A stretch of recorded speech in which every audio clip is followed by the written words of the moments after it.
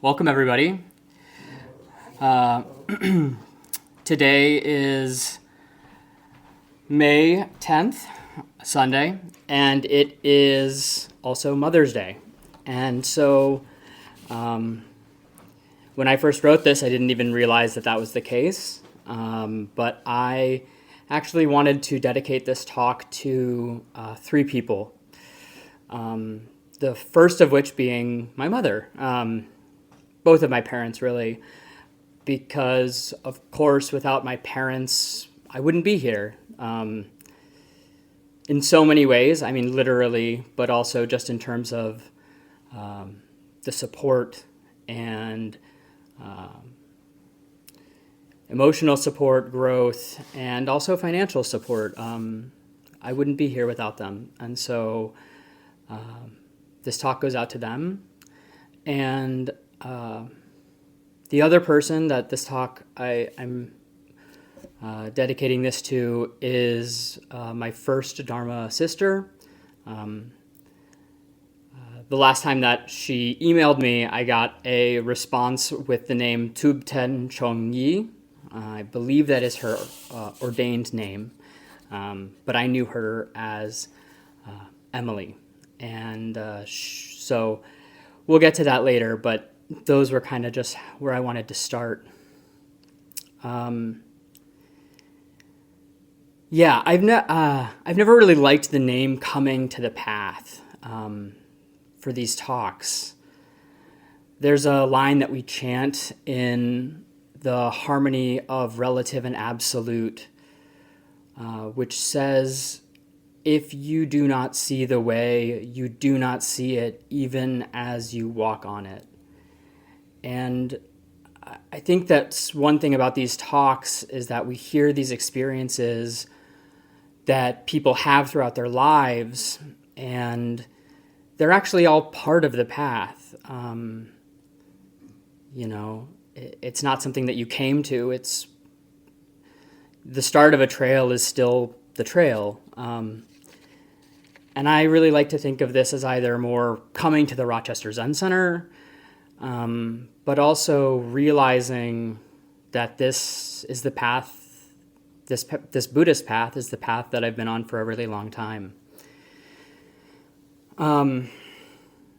So I think that these talks, at least this one for me, I want to, they're really about gratitude and suffering, I think, are two of the biggest things. And I want to start with gratitude because I want to start on a high note before. But I'm just so grateful. Like I said, I'm grateful for my parents. I'm grateful for the people that have brought me here. And I'm even grateful for some of the struggles that I had that made me realize that the ways that I was living were not weren't the best.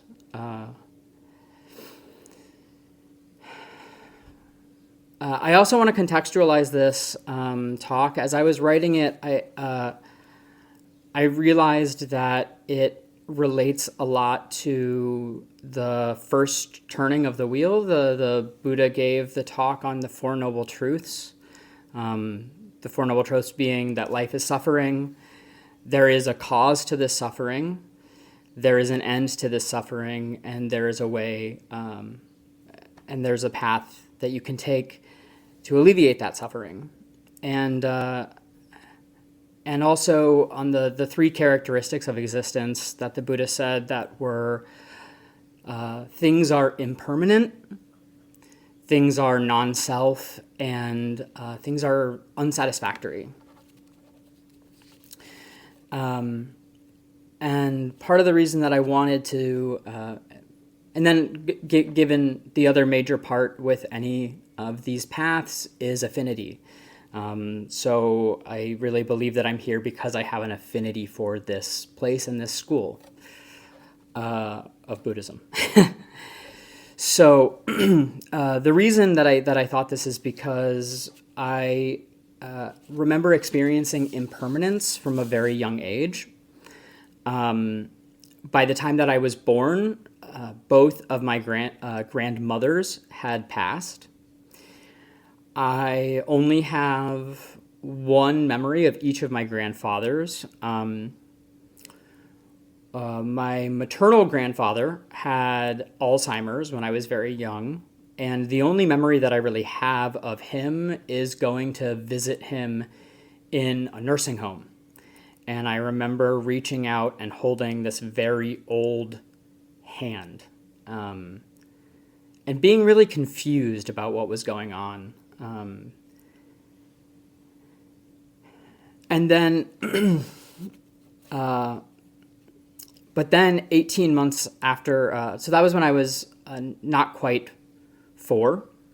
And then I'm not sure exactly on the dates, but about 18 months later, my mother's sister, my aunt, had brain surgery to clip an aneurysm, and she made it through the surgery and in recovery had a stroke. So, and that all happened before I was 5 years old. I had only one grandfather, and both of my parents had lost siblings. They each only had one living sibling left. And then a few years later, I did get to meet my paternal grandfather. I went to go visit him. I stayed with him for about a week. And then a year later, he also died. And so growing up, I had this real feeling that everyone that I knew was going to die.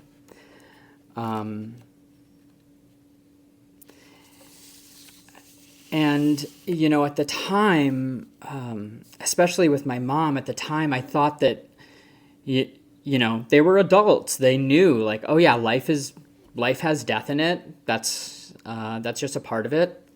Now that I'm a lot closer to my mom's age, I realized that she had lost both of her parents and one of her sisters before she was 40. So she lost both of her parents and her sister in her late 20s and 30s, which that's just so like bafflingly young to me now. But the other thing about that impermanence was that things were changing a lot, and I grew to see how my different reactions to that as well. So my mom reacted by just plowing ahead as best as she could, raising 2 kids. She was always a very strong woman. And my dad, unfortunately, reacted to unfinished business by becoming further giving into his drinking. And so he was he had been, you know, a functioning alcoholic. And then when his dad died, there was just so much unforgiven tension there that I really saw what that did to someone who was unable to kind of live with that impermanence. The other aspect of existence that I want to talk about that I experienced growing up was the idea of non-self. And when I was young, I was very outgoing. I had lots of different friends and friend groups. And there were a number of occasions, but on one occasion, I remember that I was laying in bed. I was maybe 14 or 15, and I just had no idea who I was. That day, I had hung out with like 3 or 4 different friend groups, and at each turn, it was like I had completely changed my mannerisms, changed my sense of humor, could joke in one way with one group, but then be totally different in another group. And it was really quite distressing. Like, who am I? What is, if I can wear all of these different hats, if I can play all of these different roles, like, am I just a fake person? Is there, who's the real me? Like, what does that mean? And I got very distressed because it was, I just didn't know which person was real, which person was fake, if any of them were real. And I had no context for it. I just felt very insubstantial in a way. And part of that is also because moving more into the dissatisfaction part of this is that I had a lot of dissatisfaction in Christianity. So I had no faith. I had no spiritual context. From the time I was very little and I had heard the word agnostic, I had identified as such. I don't know if God's real, but might as well hedge my bets.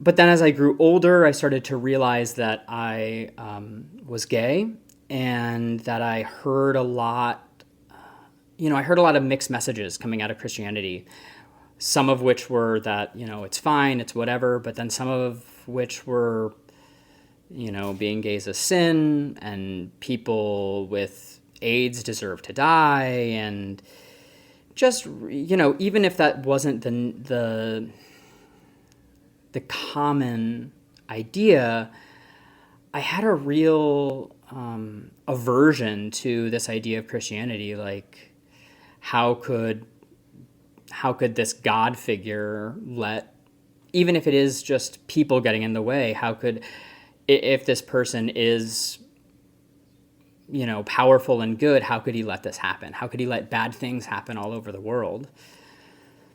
I grew up mainly in the post 9/11 era. There's a lot of war going on, famine, disease, and, empty platitudes like, oh, well, this is just God's plan. And I hated that. So by the time that I was 13 or 14, I had stopped going to church altogether. I had completely eschewed religion. And I also believed that anybody that followed religion were idiots. I really was like, you gotta be losing something up top if you believe what they're spouting. And so as a consequence, I started having faith in, science and like the direct, if I can measure it, if I can touch it, then it's real. Otherwise, it's just fake, And I actually think that did lend itself to coming towards Buddhism as I grew to find it. Also, in my teenage years, I started to have bouts of clinical depression. At one point, I did try to talk about it, and when I felt shut down, instead of really continuing to advocate for getting help, I instead turned to drugs. So I started smoking a lot of pot, started smoking cigarettes, just to try and help relieve some of the anxiety that I felt, and to help, treat some of the depression. And I actually think that for a while it worked. It's not the, best way, but I think that these strategies happen because they work for a bit. And I also turned towards experimenting with hallucinogenic drugs.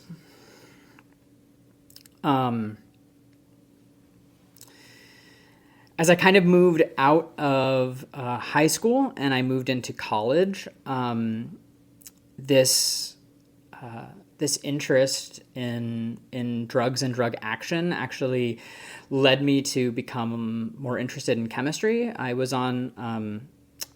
had been on a pre-med track because I knew from a very young age that I wanted to help people.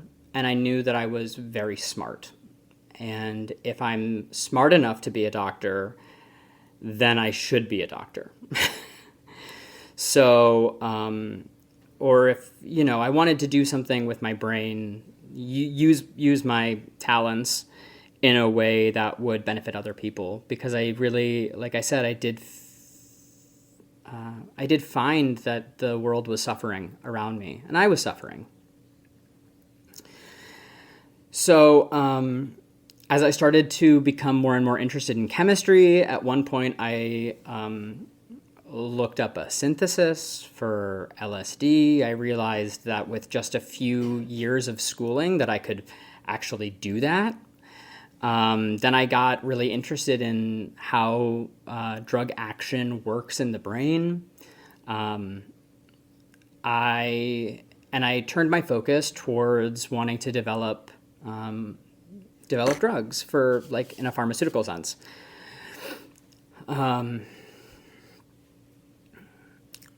It would have been great to work on a cancer drug or to work on helping to cure or treat HIV patients.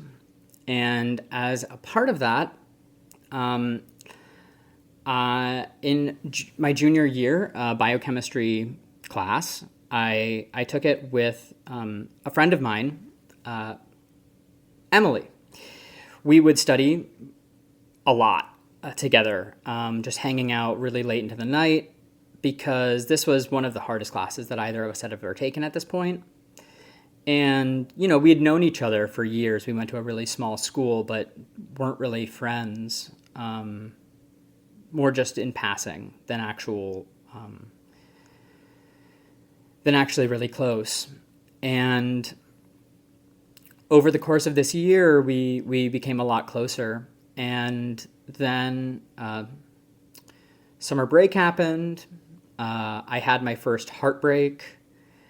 And so I started taking a turn at that point. The summer between my junior and senior years I was very depressed, and I was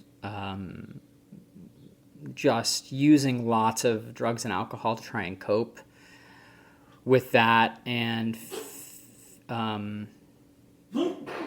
also just being very promiscuous, and it was just not a great time. And then when Emily came back when we met back in the fall, she had tried LSD over the summer. I hadn't been doing a lot of drugs besides smoking weed for a number of years at this point. I kind of slowed down in the middle of college.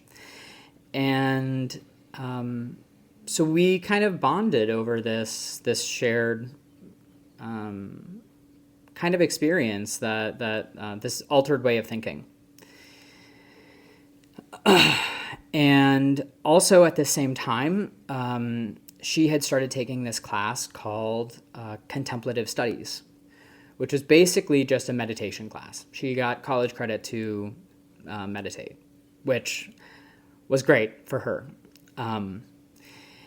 And it taught different contemplative traditions, the basics of meditation, primarily focused in Buddhism and the different schools.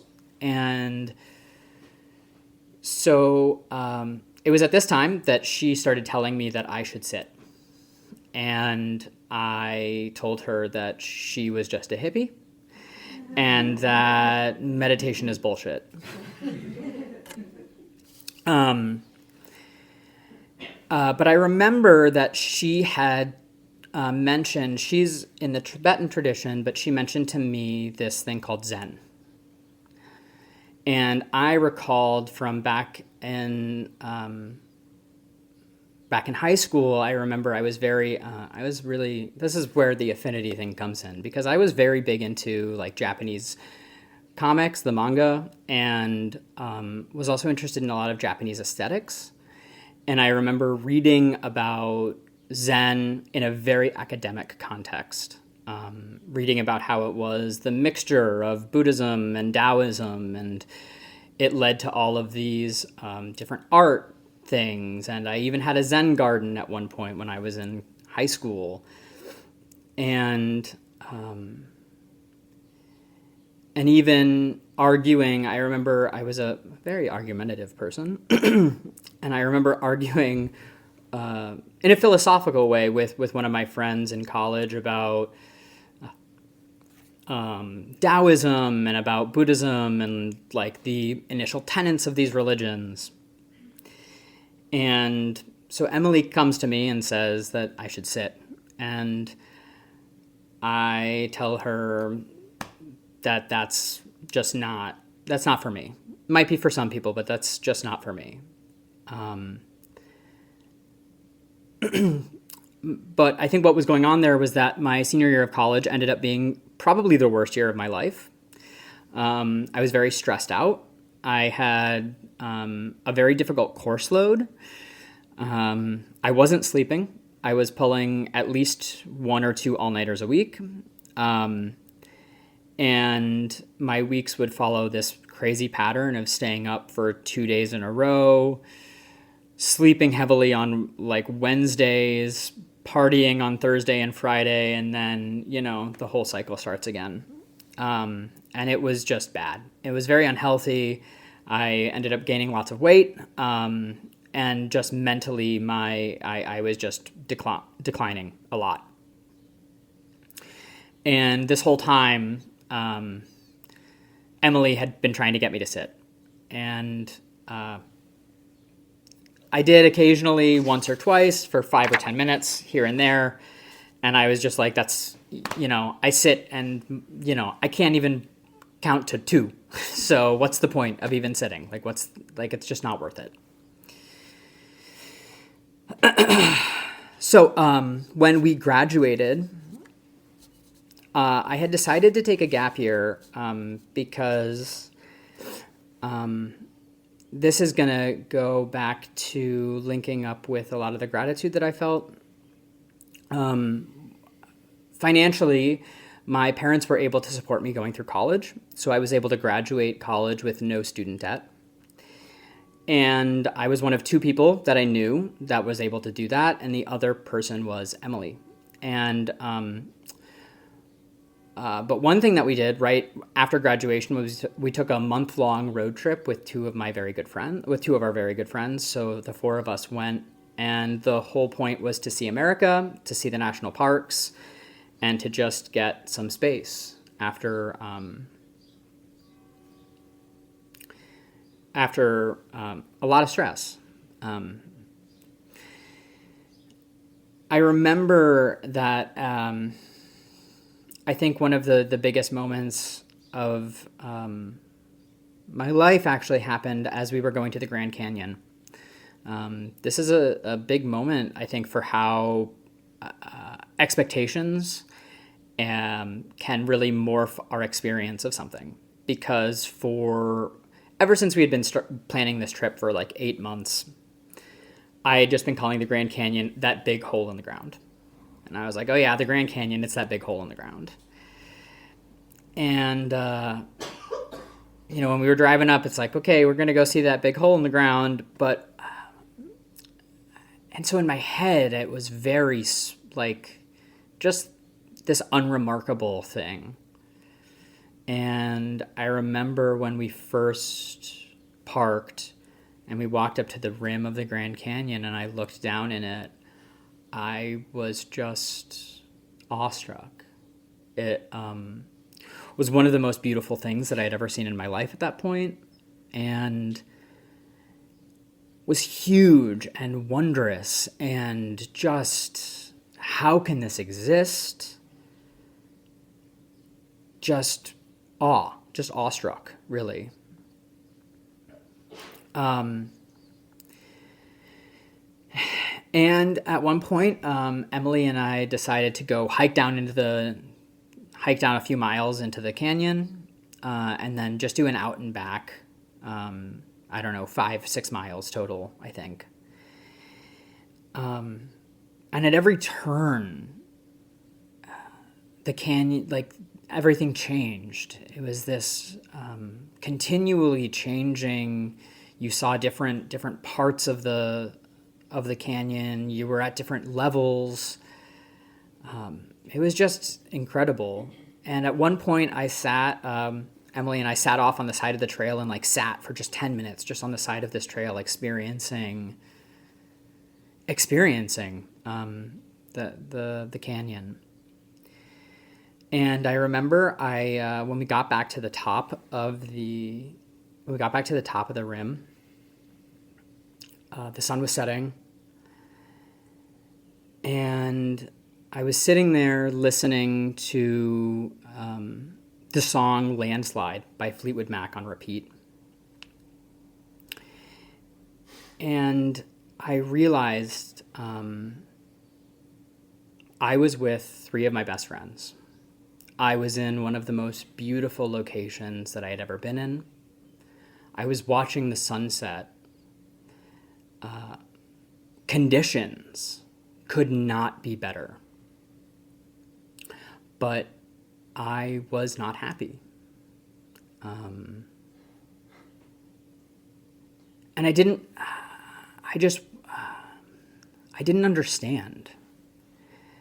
And then I hear the lyric to the song,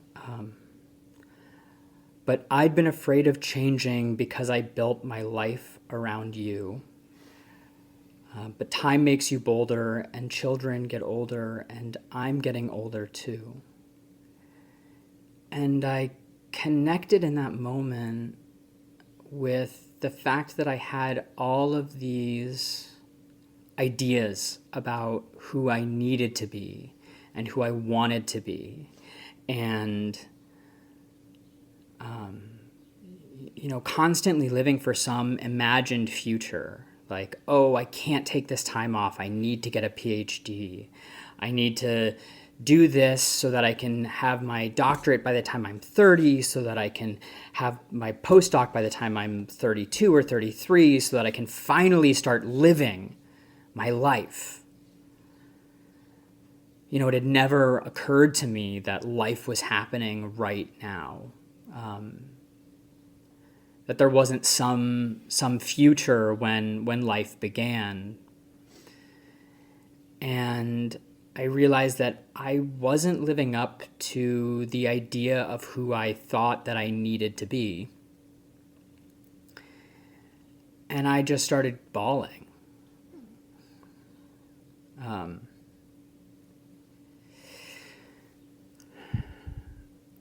But actually, I think that this was the beginning of the end of my my worst period of depression, because it was like something cracked. It was like my heart cracked open, and all of a sudden I didn't need to live for that fake idea of myself.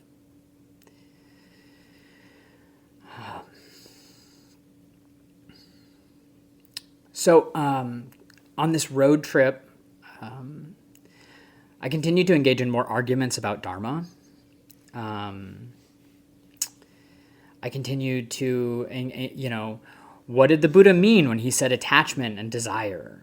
Desire is the root cause of suffering. Attachment is, what does practice even mean? You have to let go of all attachments, but aren't you attached to your practice? Like, what is... really academic, though. Like, it wasn't coming from a place of actual, mainly it was because I was needling Emily more than anything. Using my intelligence to try and poke holes in her defense. Um,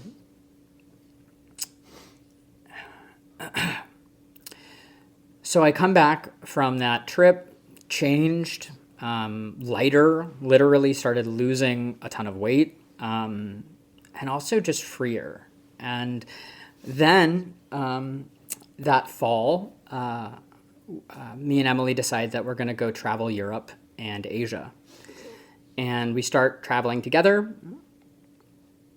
And I remember the first place that we landed was Scotland. And about a few days after we got there, maybe like 4 or 5 days after we got there, we were staying in Glasgow with my cousin. And we decide to just walk around Glasgow. We walk to a botanical garden, and Emily just does some walking meditation through the garden. And I'm like, God, this hippie, right? Like, what? But then I pause, and she does this, and then we go outside, and she asks if she can take 20 minutes just to do some yoga.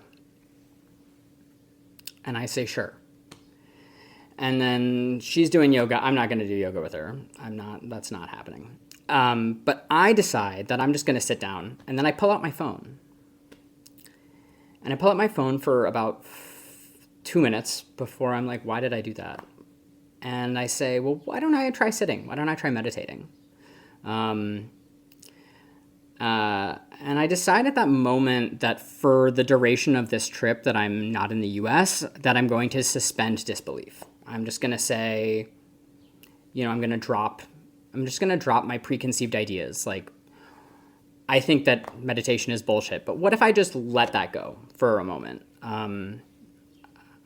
What if I just let go of all of my preconceived notions about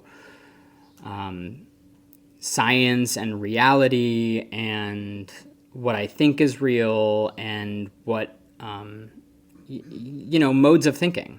And I say, like, I'm free. I'm going on this trip for 8 months and I have nothing to do. So why don't I just kind of, just see what happens? And so I sit down and I set a timer for 20 minutes and I meditate for the first time on my own. And without having anybody else ask me to, at the end of that 20 minutes, I realized something was different. And I remember I turned to her and I said, well, why didn't you tell me it could be like that?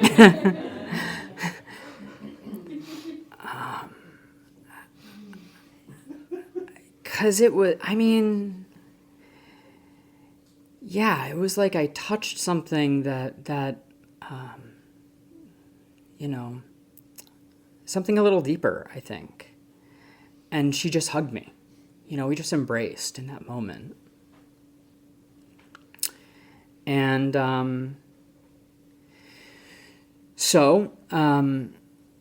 then I decided that I was going to, try out maybe I was going to go be more of a spiritual seeker. Part of this was because this was what Emily was doing. And so I remember that I went, at one point we went to it's a training center in the Austrian Alps. It's called Gomde.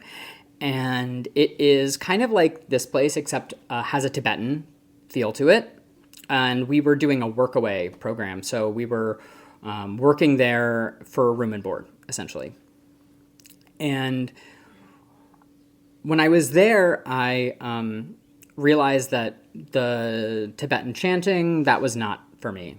Like, it was okay. The visualization stuff I just didn't really connect with. I did start connecting with a yoga practice, but the Dharma talks were great, but there was just something about the normal practices that I didn't really connect with. And when I was there, I met a man. He was Norwegian, and he told me about this Zen center. If I was interested in Zen, he told me about this Zen center that existed in Sweden near Stockholm. And he's like, if you want to go there, they take travelers for short-term stays. Usually they only accept long-term people. But if you're traveling, then they might accept you for a short-term stay. So I email them, and they tell me this place, Zen Gordon, tells me that I can stay for 10 days right after their Christmas break. But that's still months away at this point. And so I say, okay, well, that's great. I've set this up. So then I start, I travel some more, and I end up making my way up towards Stockholm. And I remember that I was hanging out with people and we were all like going out drinking. We were just having a night on the town. I was just really connecting with a bunch of other travelers. And at one point, I'm telling people what I'm going to do when I go back home. I'm saying, yeah, when I go back home, I'm going to go into this pharmaceutical research. I know that there's a lot of problems in the pharma industry, and that a lot of times people at the top will use their advantage to exploit other people, but I could be doing really good work, but... And the excuses that I were giving was just sounding like flimsier and flimsier to my ears. And I pause what I'm saying. I look up, and above me is a mostly full moon. And I realize that a lot of my justifications for wanting to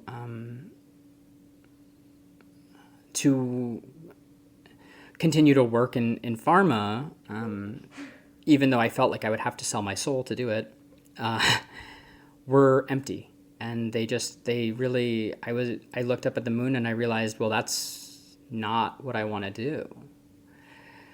And at that moment, it was kind of like the bottom falling out of the bucket, because, well, if I didn't know what to do, what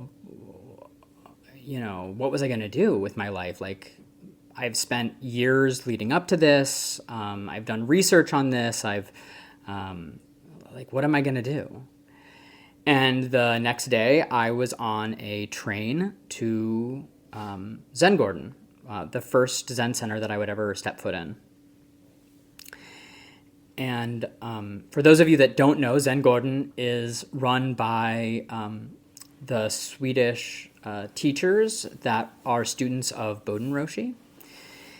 And so when I was there, they told me about this place. They're like, when you go back to the States, there's this Zen center in Rochester. And I had only heard terrible things about Rochester. So I said I would never go there. I was like, Rochester is awful. It's frigid and terrible. So we'll see.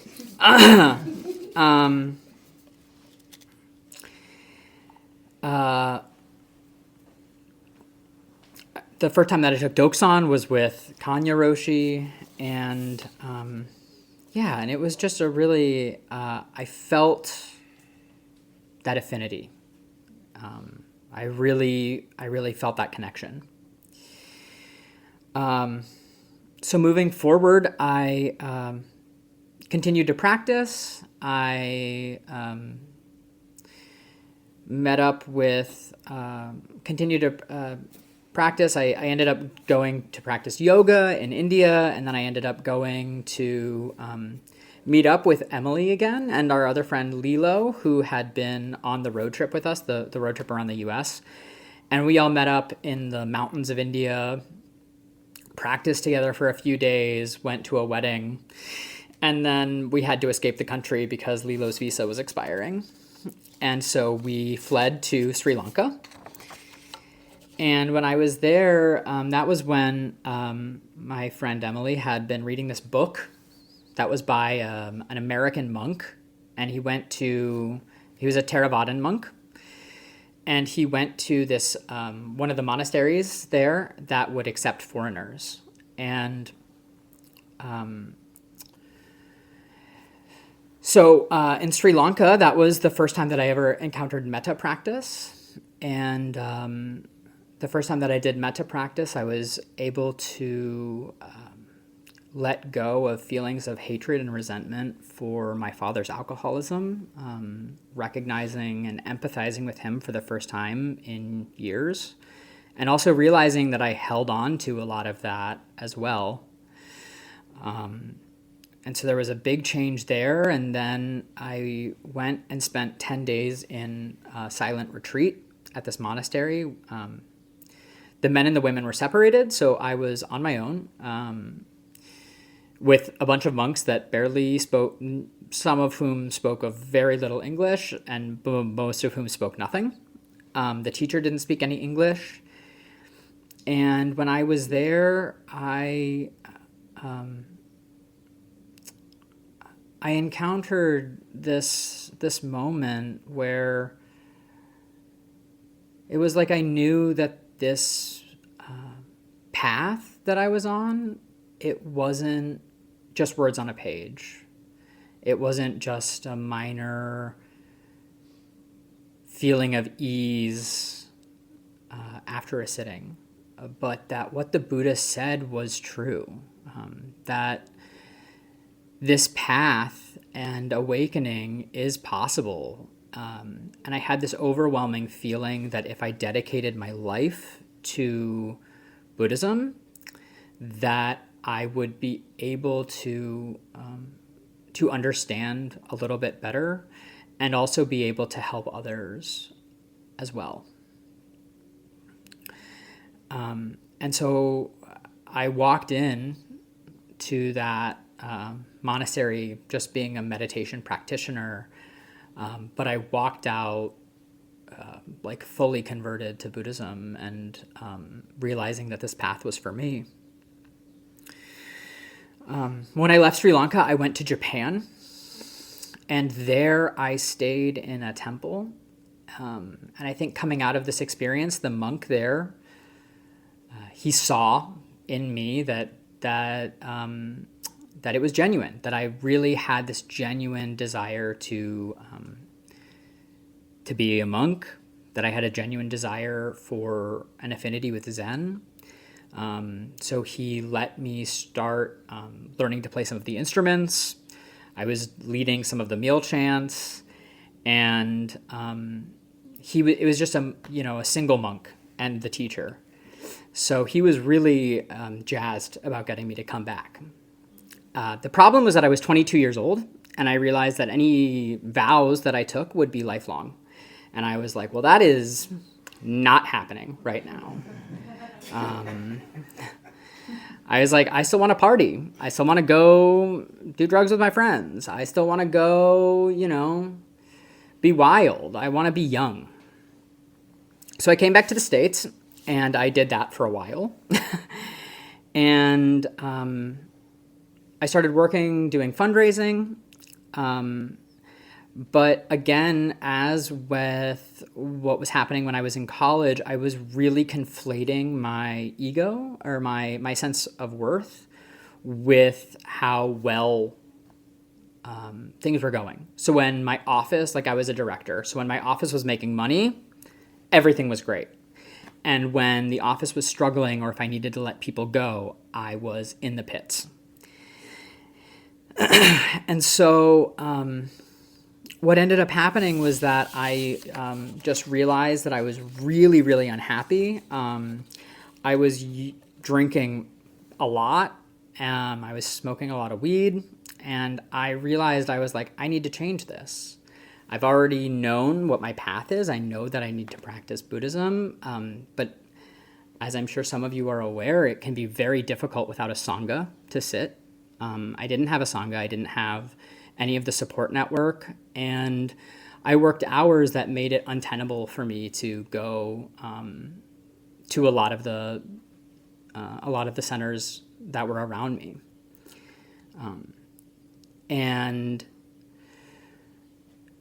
so at that point, I realized that in order for me to get back to Japan, because the monk had talked to me, he was like, when you get back to the States, hit me up. We'll start working on your visa application. It can take a long time. I realized, I was like, man, it's going to take, 6 or 8 months to get a visa, to get everything approved. And then I remembered when I was in Zen Gordon and they told me that there's this place in Rochester. And at this point I was living in Philly. I was like, Rochester is 6 hours by bus, 5 hours by bus. I can just go there. So I filled out an application. I called Truman. I remember, I'm not sure if this is actually something that happened, but in my memory, I remember I put some very concerning things on my application. And, that I had been drinking a lot, and I got this confirmation question, well, like, it's not a halfway house. How long have you been sober? And I don't know if I said it, but in my head, I think I said, I'm sober right now, which I think is not the right answer to that question. So I get told, I'm like, well, you just missed the most recent workshop. There's another one in 6 weeks. If you still want to come then. Because, it was like, some of the concerning things were that I think I misspoke the right place where I was at Zen Gordon. I think I put some random teachers' names in there. I said that I wanted to stay for at least 2 years, which I've never met any of you. I want to move into your center for at least 2 years because I want to dedicate myself to Buddhism. Sounds a little crazy. Which at the time I was like, I'm so dedicated. Looking back, that's a red flag. So there were a lot of them, I think, actually, in my application. So, but I remember feeling very annoyed. But I come and 6 weeks later I show up and and that was and that's kind of how I came here. There was more, but that's at least my coming to the Rochester Zen Center. Questions? Is there time for questions or no? Yeah, there is actually, and I think we'll start with online. So Ben, why don't you switch over online and we'll see if anyone has anything there. Well, it'll just take like 30 seconds. Okay. Truman, did you say online first? Yes. Hi, Annabelle. Yeah. Can you hear me? Okay. Yeah. Go ahead. So those of us on Zoom, if anyone has a question, just unmute yourself. You don't need me to do it. Speak and then mute yourself again. So fire away if anyone has a question.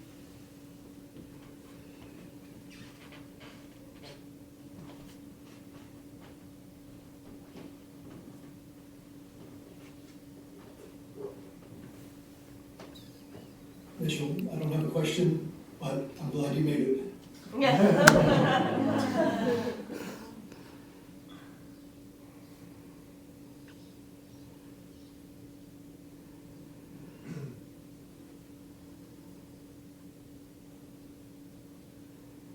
All right. If there's nothing else online, Ben, why don't you switch over to in person? Or you don't? If we're good, okay. Anything here in the Zendo? Dwayne. A response more than a question. Mitchell, I think this is the first coming to the path talk that tears have streamed down my face throughout the whole thing. Early on, I noted that you weren't placing anything in physical situations. I don't know anything about where you were raised, the area of the country, its culture. I don't know where you traveled to see your grandfather. I don't know where you went to school. And all of those kind of stuck in my mind, like things that weren't there in your talk. And yet, throughout, these tears just kept coming. coming. And they had no accompanying emotional affect, just tears.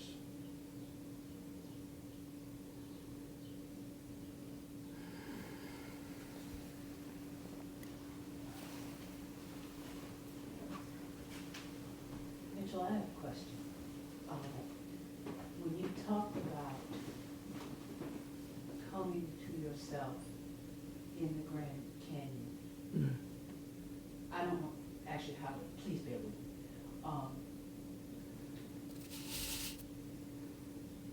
When you talked about that and when you talked about being a kid and wearing so many different faces, can you articulate what it was about the Buddha and Buddhism that synthesized for you all of yourselves? Do you understand what I'm getting at? What can you think of a moment that really eclipsed for you, or was it just sort of a flow? It's not a very good question. Well, that's kind of what I meant when I was saying at the beginning, if you do not see the way, you do not see it even as you walk on it. I think that these were things that were just minor, they were insights into my life that I think were also pointing at some of the deeper truths of Buddhism. And I didn't know it at the time, but they were things that led to questioning for me. They led to a desire to know myself more fully, and also led to learning to let go of these ideas about like who I was or who I had to be, like these crystallized thought ideas about who I was, and seeing that they were insubstantial, and actually causing me lots of pain, quite a deal of pain. But I couldn't have put it in those terms at that time. But just looking back, they were moments that stuck out to me in terms of, well, how did I get here? What led me here? What led me to following this path versus another path? So.